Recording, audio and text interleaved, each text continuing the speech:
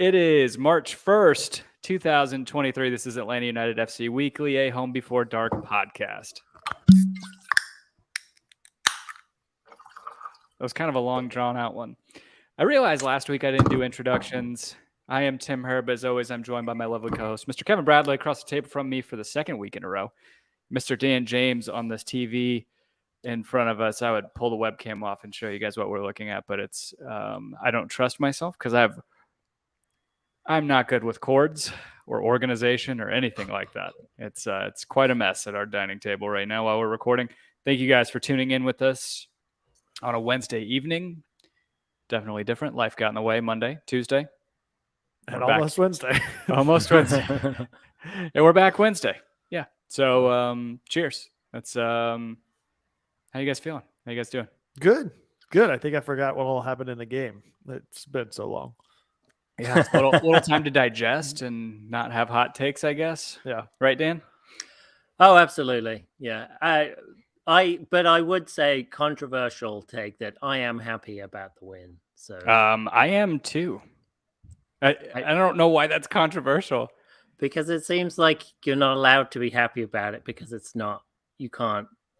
Because we relied on Almada's sensational goals. Yeah, Atlanta won, but yeah, look, man, it just every season it never ceases to amaze me that the Twitter fan base can be so disappointed regardless of the results. If you're going to be upset with a win, you're going to be upset with a loss. Well, what's the point? Yeah, no. I'm Brandon Scott, Stephen Perales, Joe Johnstone, Brittany S back in the trap. How are you guys feeling? And Patrick Delaney, let us know how you're feeling on this Wednesday about Saturday's match. I keep going back, and I don't think this is a deep cut, at least for you and me. There's a lyric from a Dance Gavin Dance song where John Mess says, "I believe denial makes me hella intelligent." And that's how I feel every time I go on Twitter whenever we win a game and people are like, yeah, but. Yeah. Like, it is just, there is this. But it's been like that for a long time. Years. Yeah. It was like that with Frank de Boer. We're winning, but we're only winning by one goal. Right. I would rather lose by one goal and be exciting soccer scoring 3 goals than, these are legitimate posts that people were making just a few years ago. And now it's like, you couldn't have won in a more spectacular fashion than that. The amount of times that we've sat here and complained because Atlanta United's been on the losing end of that result last year. It was 3 games that they blew in the final 10 minutes last year. Like, to actually scratch one out you gotta enjoy that. I get the legitimate complaints and frustrations over the 90 minutes of play and lackluster, build up and the run of play and all the criticism. I get that to an extent, but still, to be disappointed and put an asterisk over it just seems ridiculous. It's also the first fucking game of the season. Yeah, no. Yeah, I know, right? Dan, I got thoughts, but go ahead and jump in. I want to. Oh no, go ahead, Tim. Okay. I didn't think our build-up play was bad. I felt like I was taking crazy pills whenever I was reading people's commentary about how bad we were playing, because I was like, we controlled possession. We were playing a lot of overlaps. It just didn't materialize in the final 30 yards or 25 yards of the field. And honestly, I'm starting to feel a little more level-headed about Luis Araújo's performance on Saturday. I think that the penalty kind of did his head in to a certain extent. Mm-hmm. But I also think some of the bad decisions he was making is because I don't think he has the trust. I don't think he has trust or faith in Jackson Conway as his striker that he's providing service to. I was actually shocked to see Jackson get the call up over. Yeah, me too. Chop Chol, who's gotten that position all through preseason. So I don't. Chol's injured. Oh, I didn't realize that. I did not realize. Yeah, he had a hamstring. Oh, that's right. Yeah, he was one of the 3 that were injured. Right. It was Ozzy still coming back, Chol, and then there was one more aside from Sosa's suspension, right? Yeah, I think there was 2 other. One was Giamarcus because of the visa thing, and then I think there was another one, but I can't remember what it was. And I mean, to Brittany's point, Brittany Ash in the trap saying the misses were crazy, talking about Aruju. You're not wrong. I mean, he was skying stuff. I think he was trying to play hero ball because, again, he didn't play. Did he play a minute behind Jackson Conway in preseason? I think it was mostly Chol. I don't think Conway got much during the preseason. He didn't. He didn't until the Toluca match, right? Mm-hmm. Like that's what I'm just saying. Like he's probably playing hero ball because unless he's passing, I thought his interplay with, and I may have to go back and watch the match, but like I thought he and Almada looked really comfortable up front. I just think that the final product wasn't there, and there was nobody to put service into. Things just seemed aimless once they got past midfield for me. It just seemed directionless. To your point, yes, Atlanta controlled possession for the majority of the match, if not all the match, but it was just aimless possession. I feel like that wasn't really developing into some sort of strategic approach on the final third. That's that, and I get that frustration 100%. But to your point, also, it has to do with some of that rotation too, and whether or not Aruju feels comfortable with Conway there, or they're still trying to figure it out, or whatever it may be. I still understand that frustration that there wasn't really a big push for a development in any sort of measurable metric in that final third. All right, Dan. Yeah, it was interesting that Almada would always seem to go centrally. Like when he would break away, he would always be like trying to hold up, seeing where his guys are, where's the support, but he would always cut in towards the middle. And I don't know if that's something because we're so early in the season that was just a coach's instruction. He's like till we really get our feet under us, we need to play more rigidly and less roaming within this structure we're trying to set up. I did see Aruju roam over to the left a little bit, but he was mostly on the right. But it was Almada that was like slowing things down when we got to that final third. And I felt really bad for Conway because I want him to succeed. I really do. Because, he's a homegrown, he's a great story, but there was just the impact that I saw that Conway make. It was non-existent. Well, no, it wasn't non-existent. It was back behind when he was dropping back to not be the furthest guy forward and linking up plays again. But he just doesn't have he just doesn't have the experience. And when you're arguably going up against one of the best centre backs in the league in Jonathan Mensah, Mensah had his way with him. He was not able to get on the end of any crosses or have really any possession or any impact in the final third, which was kind of bad. But you got to have, if you're going to play that role for Atlanta United, you got to have it. You've got to be able to negotiate that. So it was a real tough one for Conway. I thought we were better in the second half when Berry came in, but I don't remember Berry having too much of an impact. I think three touches. He had 3 touches. He had 3 touches. How does that the compare center with forward? Conway? 13.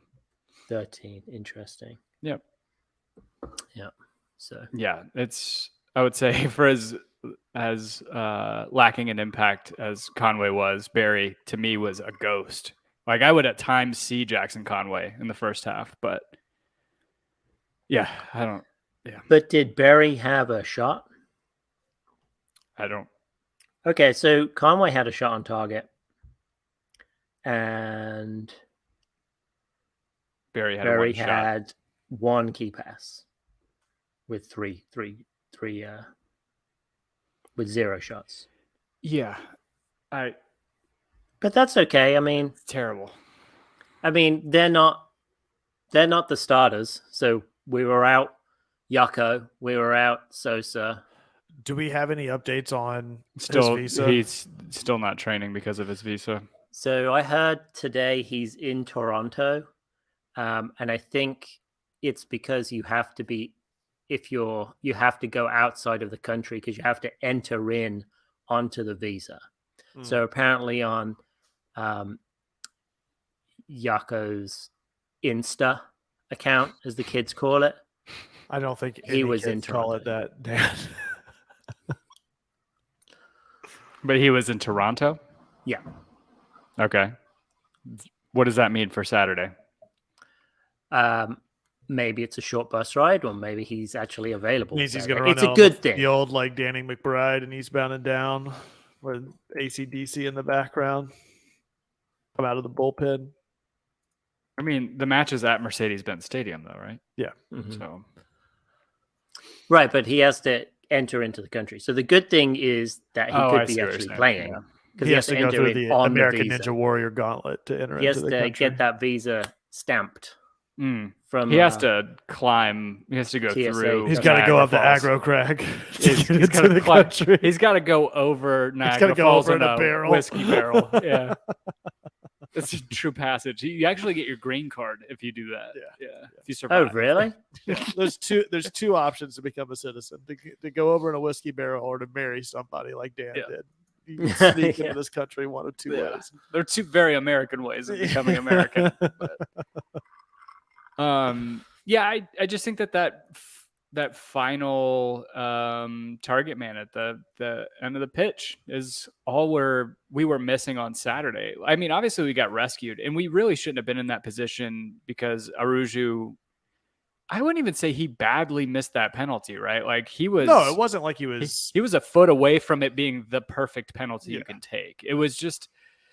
I don't feel like know. he was on at least two other occasions. He was inches away of Greatness. Yeah. putting the ball in the perfect place. Oh, absolutely. He looked like for all the shit that I saw him get, he looked electric every time he touched the ball. So that's the thing, right? It's like I feel like the standout moments for both Aruju and Almada, aside from Almada's goals in the run of play, were both individual efforts. Sure. Like it's when they took on multiple defenders running from 30 yards out into the top of the 18 and taking a shot on goal. Like those were not plays that developed through key passes and distribution by multiple players. Like both of their standout performances were individual efforts and not a collaborative sort of run of play build up that spanned multiple touches.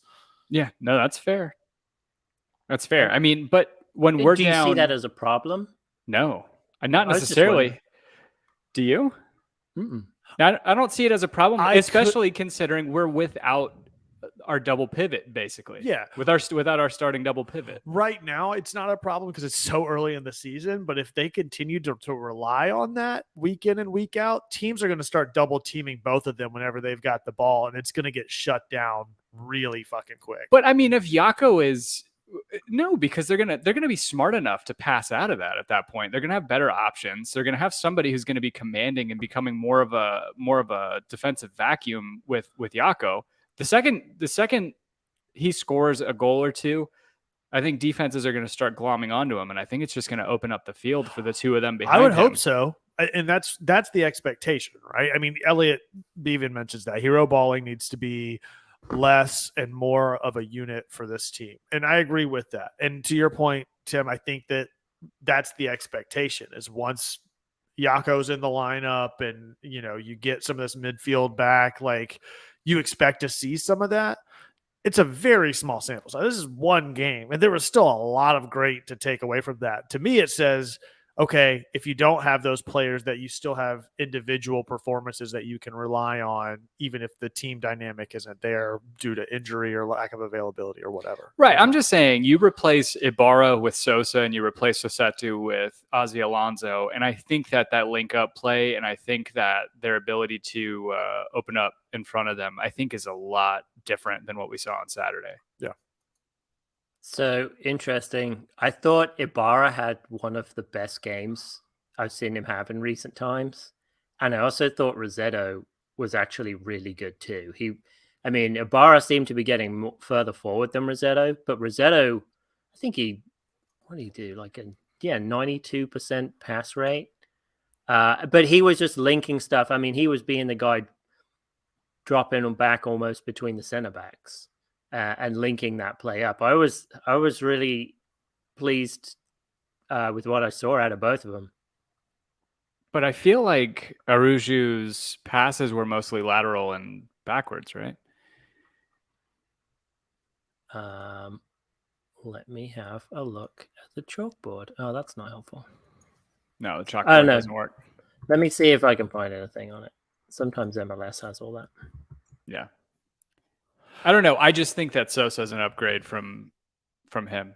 Yeah, I would agree. Overall, absolutely. And I think I would take Alonso. I was pleasantly surprised with. I felt like Ibarra kind of bossed the midfield a little bit. Like he was very much a physical presence. He very much just like, I don't know. I think he shut stuff down. I think what I'm excited about with Ozzy in the midfield is that you do have this true positional player that is going to be this sort of figurehead in the midfield that's going to be there to distribute and maintain possession in a demeanor that is not this super erratic, fast-paced, both sides of the ball, like let's contain, control, and distribute. Like that's what I see out of him. And that allows Sosa to do a lot of the flexing back and forth, which we saw so much of early, was it last year or the year prior, where he was so threatening because he had that flexibility on both sides of the ball, both going offensively and then coming back defensively. And you need to have somebody that's going to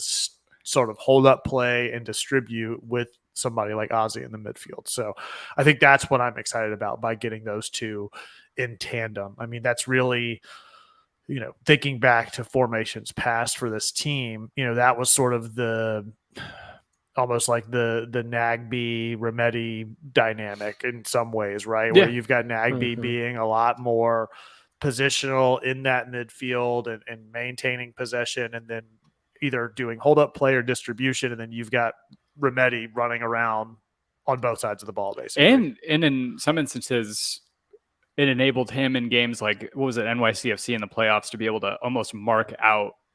Was it Maxi Morales that he marked out whenever we played against NYCFC? Right. It gives you the flexibility to, you could focus him in either direction or let him flex, like you were saying. Yeah. And he scored that goal. Oh, Remedi? Yeah. And he did the shimmy. Yeah. Yeah. Fullbacks, I don't know. I guess I can't not mention Andrew Gutman running to the locker room to tweet at Felipe Cardenas. That's what I want to see. I really like that. Felipe's head's gotten too big for his britches. He's on following the top podcast groups. Yeah. But yeah, I thought in some ways that showed a lot of life. I think that's like some fun personality too from the locker room. So I don't know. I'm never not impressed with those two, to be honest. Gutman and Brooks Lennon. I think Gutman can do no wrong. I think we take Brooks Lennon for granted in a lot of ways. Yeah. I think he's overlooked, and I think a lot of people still have this attachment to Julian Gressel and compare them. But Brooks Lennon has never had 2018 Joseph Martinez to put the ball into, right, or to link up with. So, yeah. Well, go ahead, Dan. I think so. I think Gressel was a better crosser of the ball, but I think Lennon has more tangibles that are more useful for that winger type role that he plays. I think he's better defensively than Julian, but he's not the best defensive player, but he's got an edge there still. And he's a lot faster than Julian Gressel. So one thing I wanted to bring up with you guys, I don't know if you noticed, and they kind of pointed this out during the first half, I think. And we could talk about the Apple TV stuff too afterwards, but like the intentional, this is whenever we still had Wiley on the field before he came off. We were able to kind of, it seemed like Pineda was using Wiley as kind of a safety net to push basically two left wingers up and having Gutman go central. Mm-hmm. And I really liked that look because I felt like it gave us, I don't know. I thought it looked pretty threatening. And if we would have been able to see that in the second half, I thought it would have been different too. Yeah, I mean, it gives us more height and muscle in the center in the box with Miles and Pirata being able to push up in there with Wiley, and I think it was one of Hisetu or Ibarra that was back. Yeah, I just thought it was interesting. I hadn't seen that Mhm. before with us basically deploying Gutman as almost like a 10. He was almost like playing in the 10 position at a certain point during the first half. Yeah. I don't Yeah. know. I think that was like a fun look that maybe could So all of be that, something we could throw out. all of I don't that's know. also just part of, that may be why some of this build up and play is yet to really develop, is because there are so many things tactically that Pineda's still trying to work out. He's trying to figure out what these pieces look like over a full 90, and it's going to be, at least for the first 8 or 9 games of the season, I think that all of this stuff is going to fluctuate game to game, and how those players are integrating with one another. And, I think somebody had mentioned, Patrick had mentioned that Lennon will look a lot better whenever Yako's in there. And I think that that's a perfectly valid point, that, that distribution may be a lot more from that right wing whenever you've got a forward in there that you can depend on, and whether or not that now allows Gutman and Wiley to do things differently on the left side. All of those dynamics are consistently going to change once we start getting this lineup finalized, and then ultimately when it all falls apart due to injury. So, well, I've been meaning to. I haven't had a chance to go and read Sam Jones's article where he's talking about how, I'm pretty sure it was talking about the deficiency on the right side, lack of chances that we're creating on the right side. And my immediate thought was like, well, damn, I think if there's ever like a testament to Brooks Lennon, it's that, because he was like 4th or 6th in chances created last year, even with like a less than threatening right side. Any other support on that right side? I don't know. We did seem very left heavy, which isn't the worst thing, because Gutman is very, very good with the ball at his feet. So I thought Caleb Wiley, for, what is he, 17, 18? He's 18 now? 18. Yeah, he looked comfortable.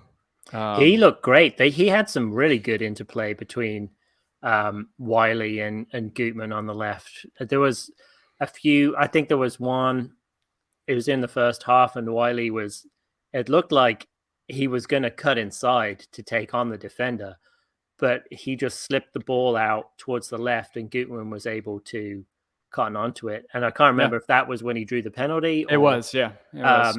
And it was great. I mean, I thought that was a really mature play from Caleb Wiley, from a kid who's like, I can't even find him. He's 18, right? I heard he was 18. The mustache makes me think he's a little older than 18, but oh, that's true. I'd sell him a beer. Yeah. Miles is back in the lineup.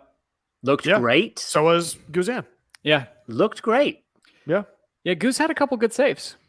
Yeah, he had 2 game-saving saves almost. And I honestly, considering all the boneheaded goals that have gone in over the years, like the goal that actually did get scored was, I mean, I think that's a perfectly reasonable goal to allow in. Lennon just gets on the wrong side of that as far as marking Ebobisi running in, and Gutman's a little late to get there to, was that Espinoza over there on that side? Yeah, that was, that was who was quote unquote cooking him in the first half. So, and that may, exactly. He was getting cooked a little bit, but I think it was just because of what was going on. Yeah, exactly. What was going on that side too, with him getting pushed a little bit further up and centrally. So, but yeah, the goal that got let in, I don't think was really anything to write home about. And overall, I feel like defensively, Atlanta played a pretty decent game. Yeah, I was expecting to see a more threatening presence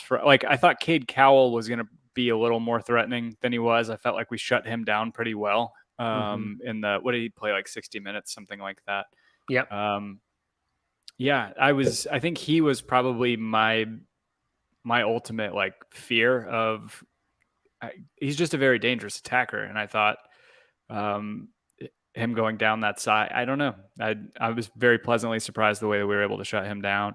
Yeah, he was pretty much non-existent, wasn't he? Yeah, he had like one stretch down the left side where he got into the box and really nothing materialized. That was the only time I was like, but otherwise, I didn't really feel like they threatened us outside of that goal. Like No. I did not feel at all unsettled about what they were going to do and more nervous about us being able to put something in the back of the net. Yeah. Yeah, I thought that I think the two big saves that Guzan made, I feel like if this was 2022, those both would have gone in. Oh yeah, right through the legs. In fact, when they took the shot, I was like, "Oh, damn! Well, there it is. It's gone." But I was actually really shocked that Brad made those saves. Yeah, me too. I mean, Rocco wouldn't have made those saves. Oh hell no! Neither would have Godinho. Oh yeah, I forgot about Neither that guy. would have Dylan Castanera. No, Alec Can would have saved him. Alec Can would have probably saved him. But who is the other guy? Bobby Shuttleworth. He would have retired. Shuttleworth, yeah. Right after that game.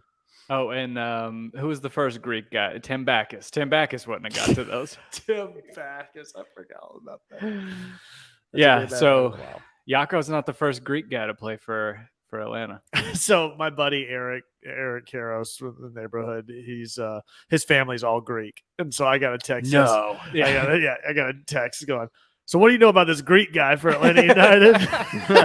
It's like a lot of excitement, still waiting for his visa. He's like, I can't imagine what it'd be like if I went to church right now. The Greek church would be all astir about Yakubakis. Oh boy. Oh, that's hilarious. Yeah, I can't think of very many Greek soccer players at the moment. Yeah. So would you Nope. think Probably not. Absolutely Probably not. Would you think that do you think Atlanta United deserved to win this game? Yes, I do. And Ooh, okay. I absolutely think we deserve to win that game. Like I said, San Jose, aside from the beginning, we won every single statistic of that match, and not even in like by slim margins. Like even like the XG we were close to 2 and they were close to 1. They're like, pull it up. Let's see it. Who scored? What scored? They scored.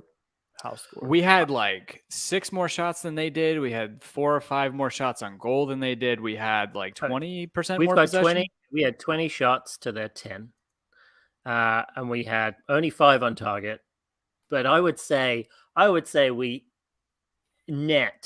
gross, we had maybe like 8 shots on target if you extended the goals. Dude, maybe like especially whenever you consider the PK, like that PK was so tough of a miss because also like Arujo picks the right side. Like he's got the keeper beat. Like all he's got to do is put it on frame. Like there's no opposition on the shot whatsoever. He's just got to put it in the net. So it's like that alone should have at least caused the draw. You know, that's where I think does Atlanta, Dan, what was your question? But do I feel like Atlanta deserved to win that game? Is that Correct. what you said?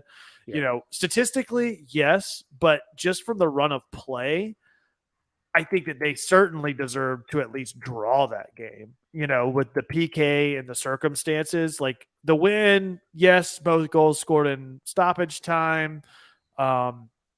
Really quality goals.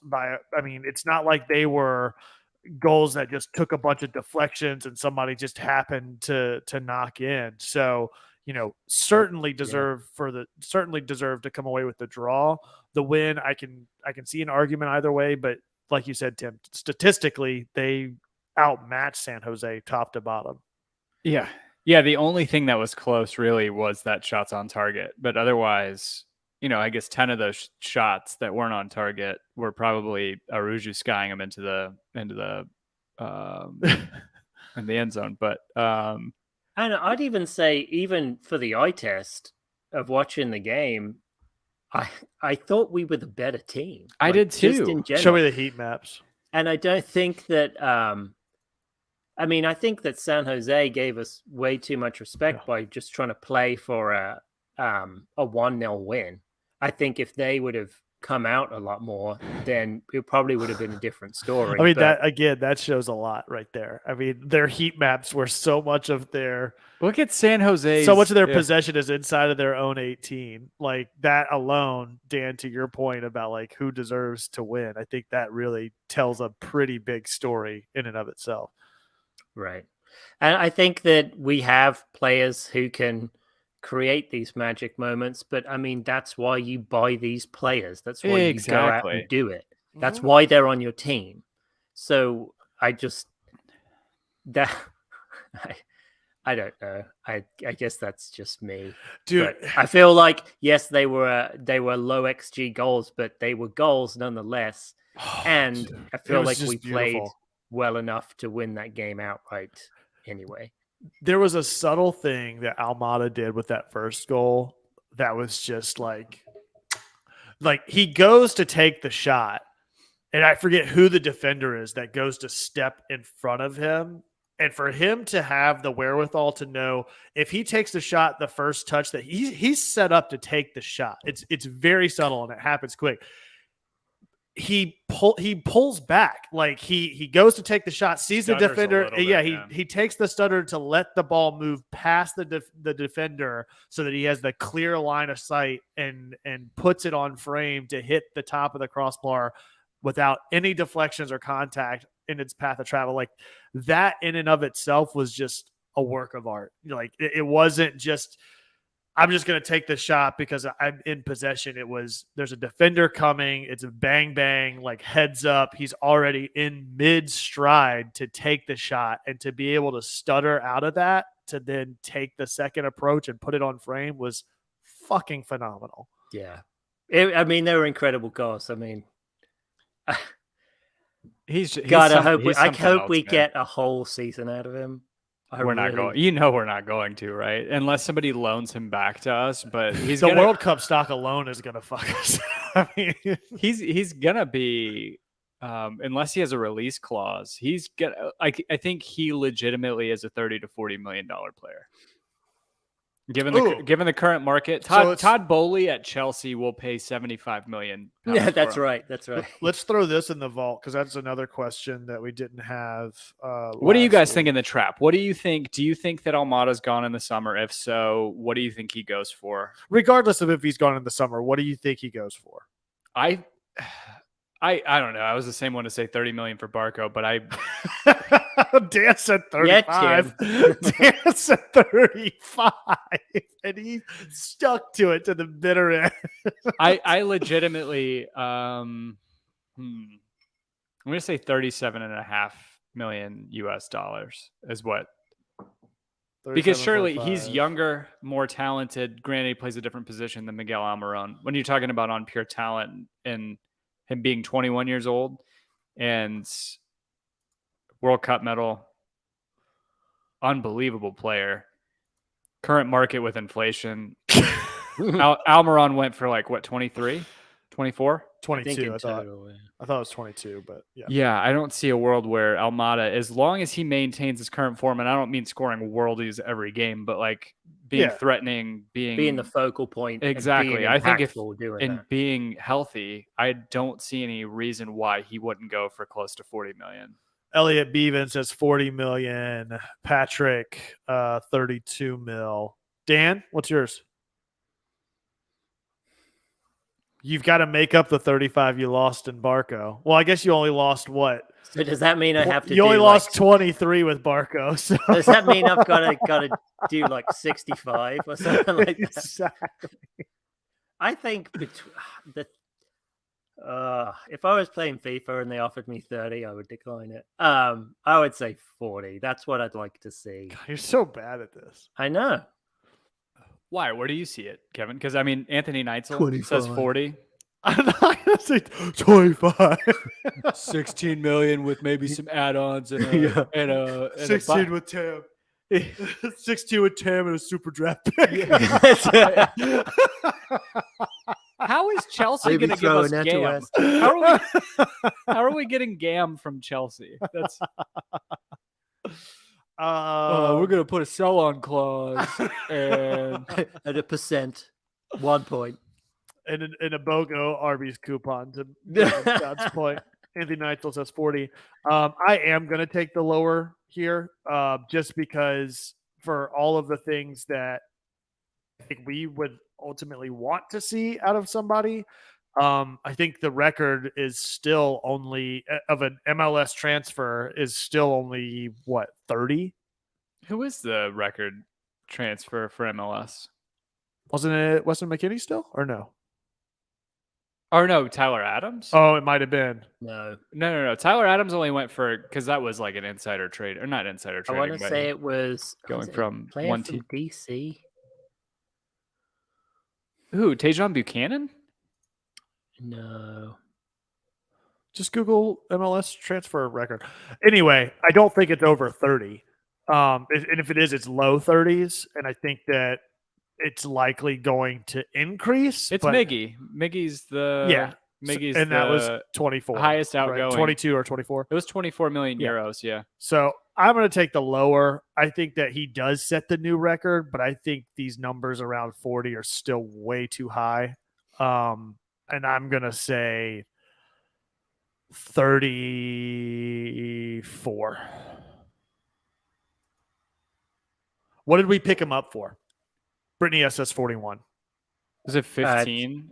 It was Is what we 15 picked or up. 16 million. That's still a huge gift. I mean, dude. transfermarket.us still has him listed as 15 million euros in value, but it hasn't been updated since November 8th. So you're talking pre-World Cup, and I would not be shocked to see this closer to 30 than I would 40. That kind of seems like a loss to me, but Yeah, because you thought Parker was going to be 35. Of course, it seems like a loss to you. So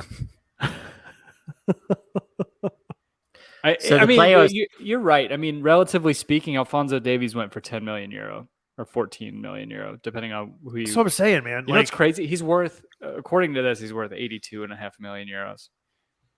And to Brandon Scott's points, also like Miggy's season is helping raise that stock price, but that was also 5 years ago at this point. Like, it's not like it was something in recent memory that's somebody's come out and then lit it up. Like, I don't know that many teams are going to be like, oh yeah, remember that player from 5 years ago that we pulled out of Atlanta United? Certainly, the next stock out of there should be 20% higher. Yeah, I think low 30s is where I would settle. I'll say 34, but. yeah, the player I was thinking was John Duran from Chicago Fire, who 19 million. was sold. Transfer market saying like 17 if you round it up. Davila. Yeah, he's 19, center forward, left foot. I just feel like Almada is the potential heir apparent to Lionel Messi. Like, that's kind of where I see his ceiling. And of course, I would see that because of my Barco prediction. But I feel like that's his trajectory. No hotter take has ever been had on this show. I can't pin Dan down. Going from Bello should not be playing to every player should be over 30 mil in the next Messi. I don't know which side he's on for players coming through this club at this point. You don't think he could play the number 10 for Argentina in No, I think he can, 8 right? years? Him as the 10, Enzo Fernandez at the 8, right? If he's going to be doing that, he needs to leave this year. I don't think he's doing that in 8 years if he's here for another 4. Oh, he's not going to be here for 4. No. No. So, No, he's either going in the summer or he's going in the winter. yeah. So here's a good question. Stephen Perales actually kind of sets it up, which is he said that the bare minimum would need to be 25 plus. So what's the line that you would put at for your minimum transfer? Say like maybe 1.5 million in TAM from like Sporting KC. I mean, we can get a couple roster spots for that. Maybe 6 international slots. You don't think we can probably swindle some like really patriotic owner and be like, you don't need those. Can you barter for another DP spot? Yeah. Barter for the first team with the 4th DP spot? Yeah. I think I'm with Tony. 30 is the minimum to me. 28's the minimum for me. I would go with 30, but I'm not happy about it. I feel dirty. I feel dirty. You should too, Anthony. Eric Quintana, how you doing, man? How's the pod life treating you? Oh yeah, solving more unsolved mysteries. I heard his name on the radio rental. I think I told you that. On the credits for that. Listen to the credits for Radio Rental. It's cracking me up. Yeah, it's a good show. Radio Rental's a good show. Yep. ¿Qué más? Well, I guess it's about that time. Anything else on the San Jose match? We didn't really talk about that free kick. Oh yeah. Yeah, we talked about it whenever you were watching it, but you called out and they had kind of pointed this out during the broadcast, but we put a wall in front of their wall. Yeah, don't you think that was exciting? Yes. Yeah, I had not noticed it until I was rewatching. I was like, oh shit. Because we were watching it, we went and watched it at Fido. But Pineda is out of his depths. He doesn't know what he's doing with this team. He has no tactical knowledge. He's got no identity. Who would build a wall from your own team? Who would put a when wall you're in front of doing a the wall? free kick? You talk to any contractor. Unless it's double pane windows. Unless we're doing a double wall around our southern border, I don't want to see it. Okay. I don't like Florida as much as the next guy, but it's good God, man. The amount of people, the amount of fucking gatekeepers on Twitter that was, Oh, Pineda doesn't know what he's doing. I know what he should do. I know what he should do. he's out of his depth. He's really wasting this team. He's missing 2 fucking starters in his midfield that would release the rest of the people. And a starting and forward. his starting striker. Yeah. He's got a center back coming back from an Achilles injury, starting in the first match. He's got Brad Guzan coming back from an Achilles injury. Like, give me a break. Sorry, it's just so ridiculous. You guys need to get a touch grass. Go touch grass or artificial. Can't touch grass. Can't touch grass on turf, bro. I know the gatekeeping's got even worse. Even some MLS you're right. managers are getting into the gatekeeping game. It's gatekeeping. You're right. Gatekeeping game. Did you see Jim Curtin? Oh, gate. Yeah, that's Jim Curtin's the shithousery. Yeah. Yeah, the shithousery from Jim Curtin. It is commendable, but man, it just makes me really dislike that guy. I mean, it just makes me want to beat him like 6-0. But the annoying thing is, he's probably going to lose. So here's the other thing Stephen Perales mentioned, which is that some people just think the team's a dumpster fire because Joseph left. I think that there's going to be a large contingent of this fan base, regardless of the results this season or regardless of the performance on the field, are going to be spiteful about it and negative about it because Joseph is no longer in this lineup. Joseph would have made And that. they're waiting for a reason to bite and jump on it. Yeah, it's How did Joseph do week 1? Did Miami even play? Really? I didn't realize they didn't play. No, their game with wait, hold on. No, they did play. Sorry, they played Montreal. How'd Joseph do? Let's pull it up. Let's pull it up. I want to see it. Oh, on the who scored? Yep, I want to see it. Did anybody watch? Joseph watch. See, like I didn't watch much. I did watch the end of the St. Louis and Austin game, and that was comical. The worst back pass I've ever seen in my life happen in that match. And apparently it's a former teammate tricked his former teammate into back passing it to him. What? Yeah. Right? Like called him like he was on the field, like no, you got dropped. No, so the ball went up to the defender from Austin, the striker from St. Louis who used to play for Austin, or maybe he's a midfielder. Like square. He called square. He called for the ball and he recognized his voice. This is what I understand to have happened. And this may be conjecture, but that's what I understood. Leave.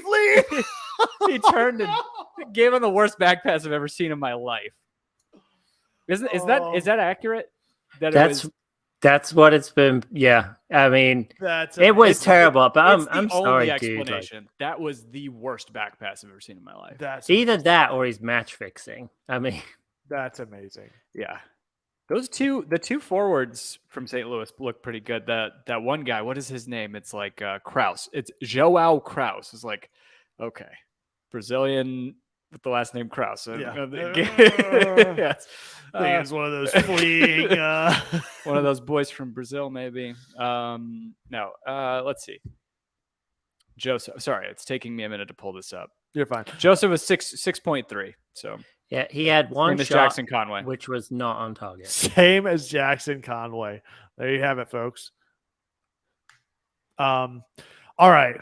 We've teased it long enough. We've gone through the game. We've gone through the metrics. We've gone through the stats. We've got you primed. We've got you ready. Here it comes, hot and heavy. A big, thick, dripping tan load. For week 2, baby. Here we go. What does it say in the background? Heavy Heavy load. This is so bad. Well, it looks like Insigne is going to be out for the weekend for next week, which, I mean, I don't mean to wish ill on him, but I'd prefer playing at Toronto without Insigne in it. They got beat, obviously, 3-2 by DC United. Got the awful Wayne Rooney DC United from last year, so that's kind of weak. Interestingly enough, if you look at the pass maps for Toronto, playing that 4-3-3, Michael Bradley is the absolute single pivot key to their entire team.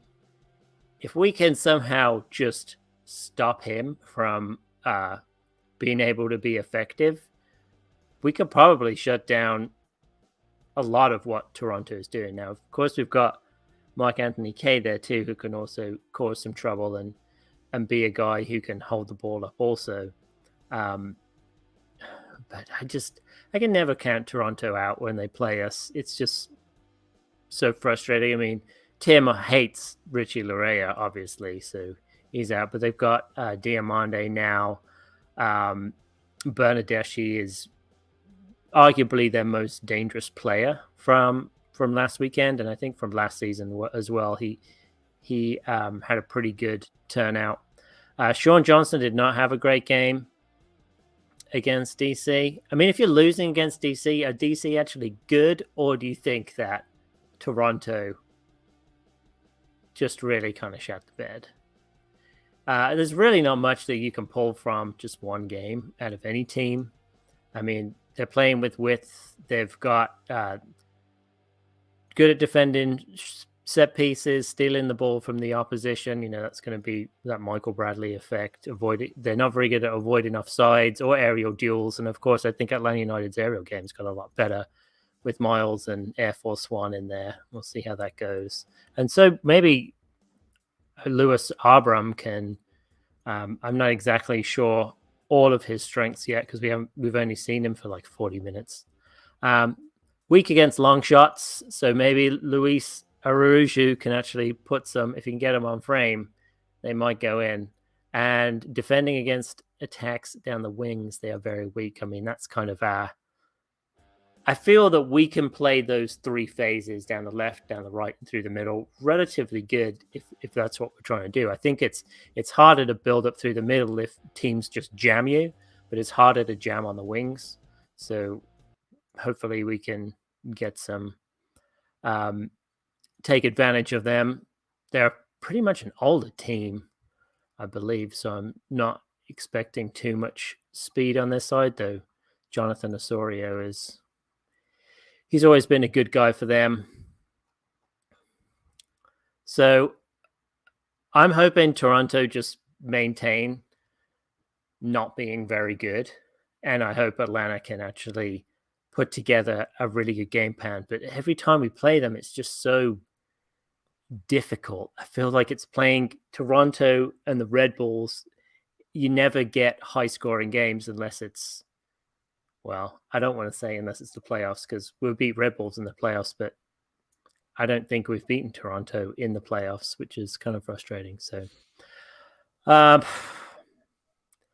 probably go with a really annoying 2-2 draw and see how we go from there. Looking at Toronto's team, I mean, on paper, yeah, to Edgar Hernandez's question, are we booing Bradley every touch? I would be wildly disappointed if that didn't happen. That's happening. But yeah. Looking at their roster on paper is pretty damn good. Obviously, like losing Insigne is not great, but I don't know, from top to bottom, Sean Johnson, Matt Hedges. You said Richie Laryea is not going to be in the match on Saturday? No, Insigne is not. Okay. Well, I mean, he might be, but he's more than likely not going to be. But yeah, I mean, they're a pretty talented squad. And bringing Akinol off the bench, I don't know. I always hate playing them, to your point. I feel like they always play up to our level, or we play down to their level. And I just never feel comfortable especially whenever they're in the Benz. I just like flashes back to Nick DeLeon in the Eastern Conference Finals. It just sits with At me. the death. Yeah. Just so bad. Yeah. God, that just deflated that entire stadium. Man. Yeah, we haven't recovered. No. I legitimately would say we have not recovered from that playoff loss. That was when we peaked. Well, the year before was when we peaked. But, Well, true. Yeah. But that was the beginning of the descent, I guess. yeah. Well, yeah. I don't think That was Joseph when we ever pushed. recovered either. I haven't been in the playoffs since. So when we pushed Grandpa down the hill, it's like, Yeah. Hey, we've been in the playoffs, Kevin. Yeah. Have we though? Well, I mean, we played a playoff game. Yeah, exactly. it honestly is going to be more impressive to miss the playoffs this year, just given the new playoff format. What are there, 10 teams on each I don't even want conference? to play it. It's more exclusive not playing the playoffs. Where's the NIT tournament? Yeah, exactly. That's Give me nice, the Kev. MLS NIT Open tournament. cup or bust. Zigging when everyone else is zagging. Yeah. Exactly. Want to be a trendsetter Exactly. in this league and put all of our eggs into the open cup basket. Oh Yeah. my gosh. I mean, know- well, we've got to, you're not a true team unless you've missed the playoffs for 10 years in a row. That's true. Yeah. So let's scroll through people who are dropping score predictions. Elliot Beavan 2-1, Anthony Neitzel 2-1, both Atlanta, obviously. Stephen Perales, Atlanta 1-0. Patrick Delaney 2-0, Atlanta. Brittany S 2-1, Atlanta. Pierce Hicks, what's up, Pierce? Haven't seen you in there too much tonight. 2-0, Atlanta. Aruju bounce back. That would be just chef's kiss right there with an Aruju bounce back. I mean, I feel like as soon as he scores a goal, the floodgates are open. It's just going to go everywhere. Yeah. Hmm.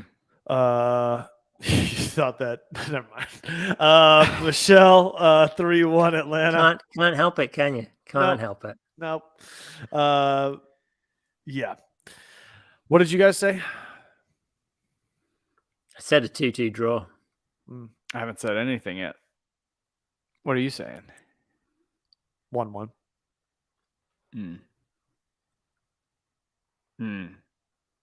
2-1 Atlanta, I guess. I don't know. Give me another one. Give me another heart attack. Give me another heart attack. Just another display of Pineda being out of his depth, Exactly. not knowing what he's doing. I don't know. I'm doing Alex Jones, but who else we got? Josh Josh P. Josh Pagaransky. 1-0 Atlanta.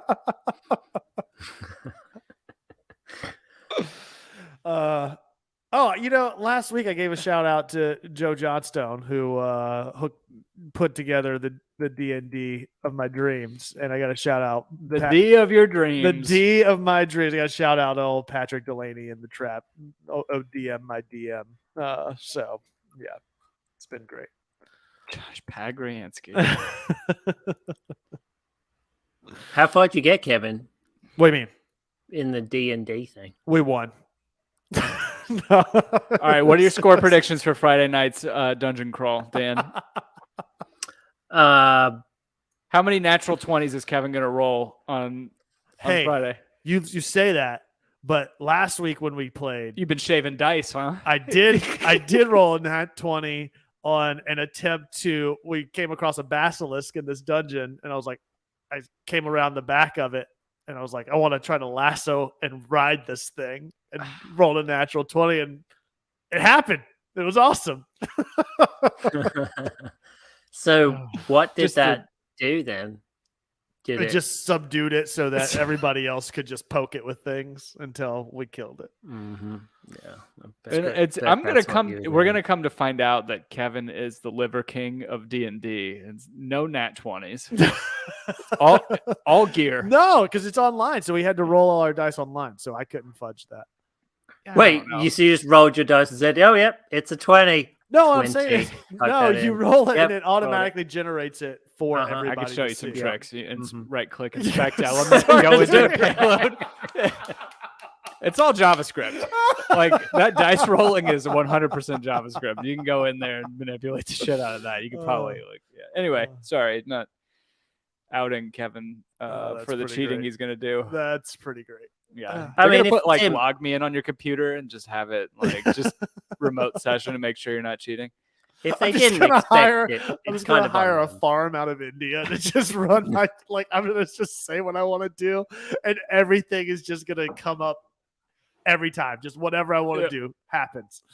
That's great. Sorry, Dan, what were you saying? Oh, I can't remember now. I probably wasn't important. Yeah.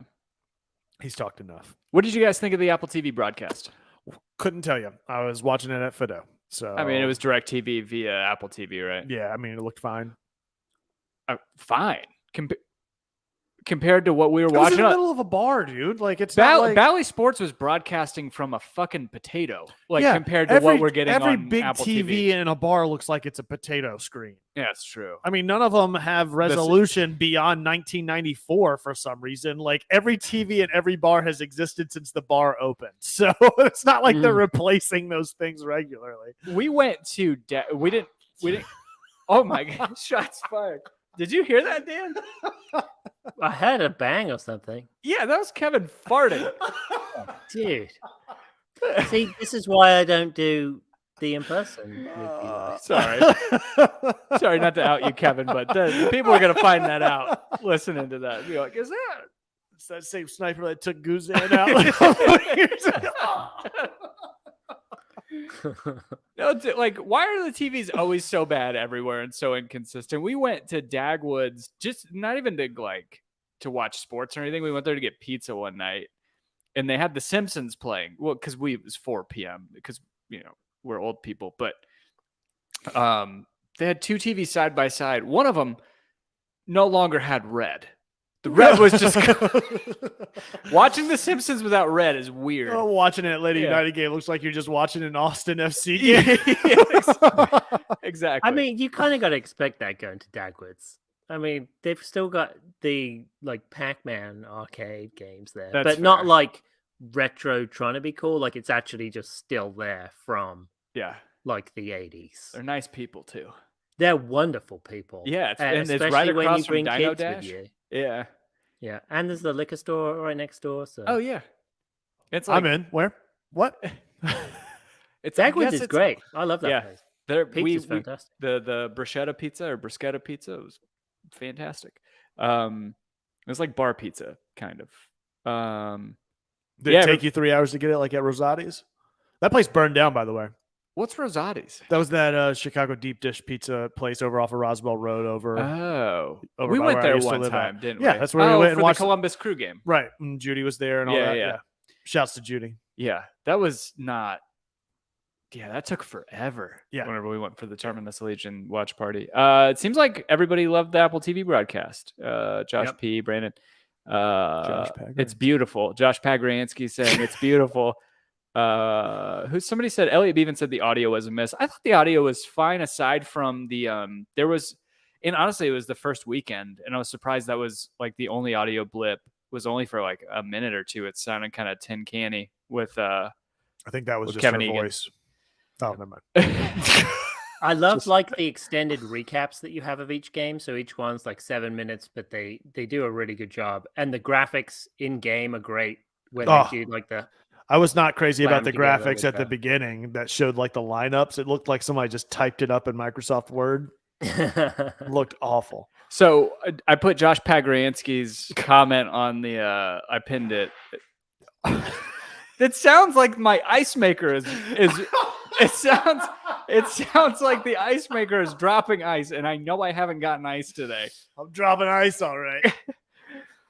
oh man. But Josh Pagriansky saying Jason and Mike need better ambient sound for their broadcast. So I thought that feature was super cool that we could switch over to Jason and Mike, and it was already synced up. But the only issue that I found, and I don't think I was patient enough, because I think I'd rather listen to them than I would imagine what's going to be sporadic teams Kevin of Egan. broadcasters. You'd rather mean, listen to he's them not- than Kevin Egan. Kevin Egan's not going to be our play-by-play for every match, right? I thought he would. Oh, maybe not. I don't know. I don't know. But the only thing I did not love is what Josh is saying is that there's no ambient, like lack of ambient sound, but also whenever they're showing replays, Jason and Mike aren't looking at the same thing that we are. And they're commentating on different things, or they're going to like, whatever. We're going to different views yeah. and seeing different things at different Yeah. times. Or going back to different like moments of, I got you. different moments of the match or whatever. What did Pierce say? The NFL red zone type show needs more highlights, less talk. That's fair. Same thing about this show. I don't know whether I just messed up, but I didn't see the Atlanta United highlights in that recap show at all. It's like it's like it got missed. I don't know. I didn't watch You it. had it pulled up, right? I watched the extended match highlights on YouTube. Gotcha. Okay. Right, but they have like kind of a Yeah, match yeah, yeah. of the They have day thing. they have a Apple TV one that they do. Yeah, Gotcha. I was Yeah, before we started talking tonight. I was watching the extended match highlights. You're talking about with Bradley Wright Phillips and Mhm. who else is on there? No, it was the one I saw was Rio Coco and Taylor Twelman, Jillian Sakovitz, and Andrew Wiebe. Gotcha.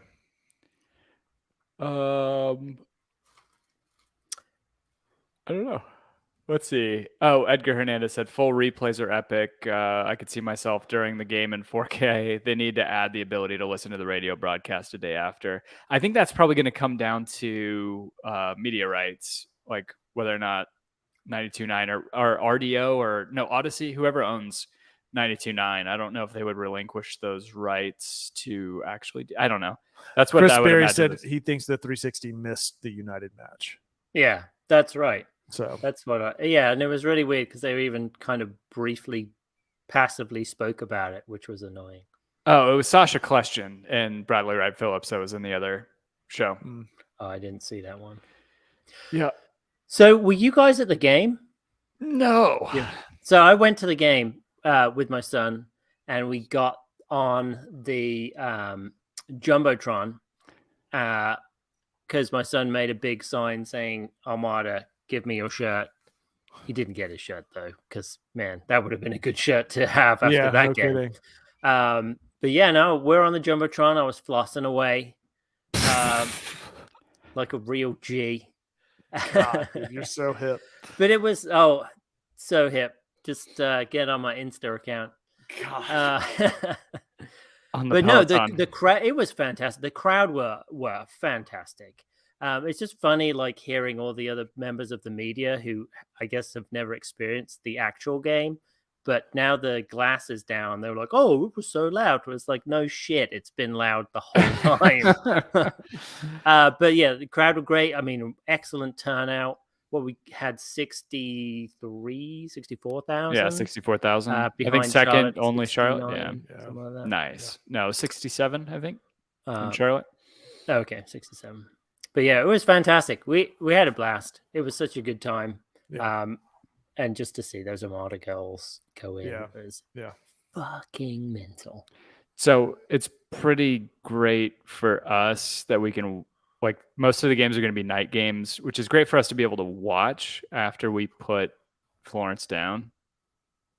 Because, like, trying to watch 3:00 games at home last year just doesn't. It's hard. It's really hard. Yeah. Yeah. But it does kind of pose like a different challenge in terms of trying to get to Mercedes-Benz. Right. But yeah, I don't know, man. I like the consistency of the schedule that we're getting this year. Oh, me too. Me too. God, all of our matches are Saturday, Wednesday, right? I think so. I don't think we have. They're definitely odd Sunday games and Monday games. We had 2 this past week. Seattle thrashed was it Colorado 4-0 Yeah. on Sunday, and then Monday night was SKC in Portland. I think Was it Portland the won Seattle that 1-0. game where I forget who it was, flicked the keeper from the top of the 18, had like a 1-on-1 and just did a little maybe. dink chip shot over him. The only goal that I saw was Bears for Seattle, but just I'll have to check that out. I haven't seen any of those. Yeah, Brandon Scott says 7:30 always, except for March 11th. I had to Yeah. travel Sunday night, so my whole week has been thrown off, and I haven't seen any of the other highlights. Yeah. The shit, what was I gonna say? The LAFC, LA Galaxy, El Trafico got canceled, right? Due to weather? Well, It was supposed to be at the Rose Bowl. It got canceled. So they didn't play, and then Chicago didn't play this past weekend. Was there anybody else that didn't play? Whoever Chicago was supposed to play? Do we have an odd Did number? they have a teams? first week bye?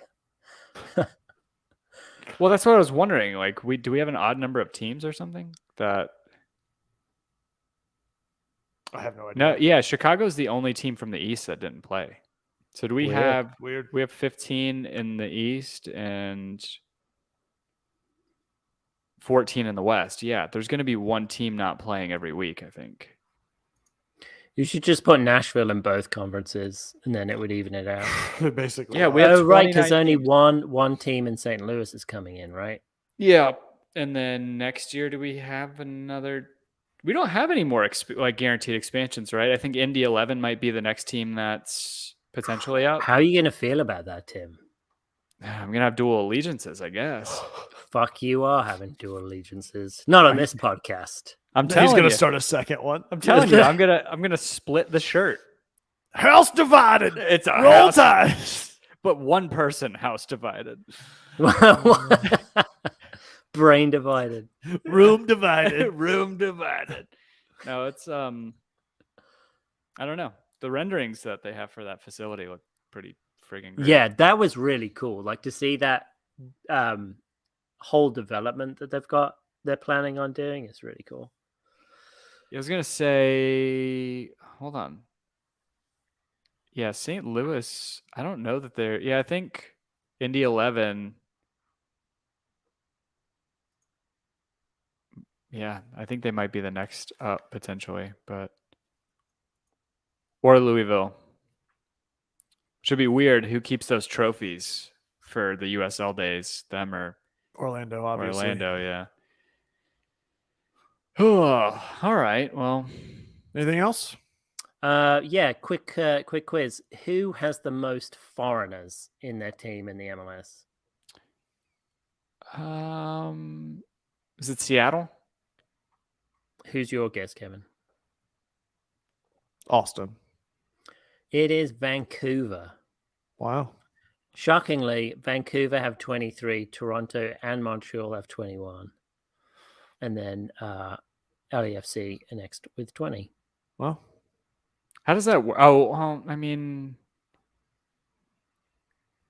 yeah, how does that work? Bloody foreigners coming over here, joining our podcast. playing our soccer teams. Yeah, joining our podcast. Joining our podcast. All right. Our podcast. I think that's I it. know. I'm kidding, Dan. Oh, I don't care. All right. Where do you want the people to find you guys? Collectively at Home Before Dark. That's before spelled B and then number In 4. them streets? No. On Twitter. On Instagram at Tim Herb, I guess. Buy cutting boards from me, guys. I Biggest I have thing. so many of them. The biggest Insta, thing Tim and is Insta. we had a great Kids turnout call it tonight, Insta. by the way. in the Yeah, we chat. did. Had Yeah. a great turnout. And those of you listening want to join in as well on YouTube, be sure to hit that bell icon even if you don't subscribe to the channel, if you hit the bell icon, you should get a notification whenever we go live at the very least, just to jump in and Smash the like if you're still watching. Yeah. Yeah. So, yeah, I think that's it. So thank you guys so much. And Tim, where can they buy cutting boards, man? I gotta get a fucking website up. Just my Instagram. I have a bunch of stuff up there, but Insta. I need to get pictures up. I've mostly been selling them at markets. Yeah. And like Black markets. through Hey, do you Venmo have and a- stuff. Do you have a market coming up? I don't. Potentially, I don't want to get in front of myself, but or get ahead of myself, but probably day at the Atlanta Dairies in April. I don't remember the exact date, but I was supposed to do that back in December. It got canceled. So Oh, okay. Do you hide the drugs in the cutting board? Like, do you glue it together to hide them in, or is there like It's got a trap door. removable compartment? It's a trap door. It's a trap door. yeah. Brandon Scott, I will. Yeah, if you have Instagram, go to my Insta. There you go. And I have a lot of pictures of ones that I have, but I can also send you a link of like a Google Photos or something like that has stuff. Tim, I think, was it Traffic? You don't have to make the cutting boards out of wood. They have like a new way that you can mold the cocaine into the shape of a cutting board and just spray it with a paint so it looks like a cutting board. You don't have to go through all the woodwork. Yeah, but it's more fun. Yeah. It's really just a labor of love at this point, I think. Right. Yeah. But I'm just saying you're going to be able to have more cocaine in them. Well, that's why I make them taller. It's a real quality versus quantity kind of deal. Oh, here. you could do it. Yeah. If you had like a thick, real thick boys. I mean, because who doesn't love a thick cutting board? Yeah. Just anything Just feels thick, good in the really. hand. Just thicker is better, I think. Absolutely. Really the moral of the story. Nobody wants a long, thin cutting board, you know? Oh, God, no. Too many splinters. Yeah.